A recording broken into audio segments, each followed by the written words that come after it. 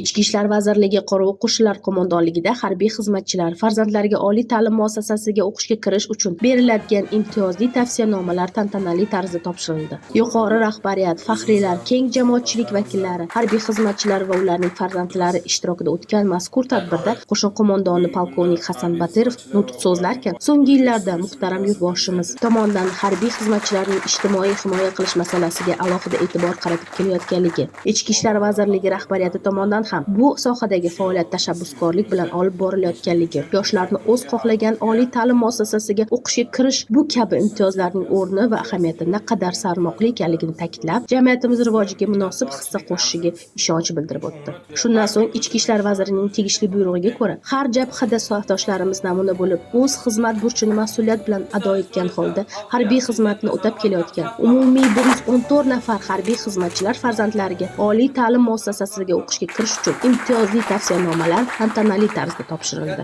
O'z o'rnida tadbirda so'z olgan yoshlar ham berilgan bunday imtiyozlar uchun davlatimiz rahbari, Ichki ishlar vazirligi rahbariyati va qo'shin qo'mondonligiga o'z minnatdorligini bildirib, kelajakda chuqur bilimlarni egallagan holda ona vatanga sodiq farzand bo'lishga va'da berishdi. Tadbir so'ngida qo'mondonlik ashula va raqs ansambli xushovoz xonandalari ijro etgan kuy-qo'shiqlar yig'ilganlarga xush kayfiyat ulashdi. Qorovul qo'shinlar tarixiy muzeyiga tashrif esa harbiy xizmatchilar va ularning oila a'zolari farzandlariga yangi bilimlar bilan tanishish imkoniyatini berdi. Mana bugun biz Qorovul qo'shinlari qo'mondonligida farzandlarimiz uchun imtiyozli tavsiyanomalarni qo'lga kiritdik.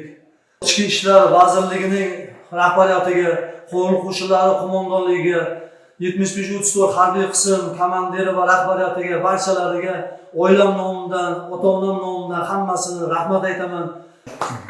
Mana bugun biz uchun shodiyona kun. Ushbu kunda turishimiz alohida bir ne'mat hisoblanadi. Ota-onamiz orqali ushbu tavsiyanomalarga erishish har bitta farzand uchun faxr tuyg'usi hisoblanadi.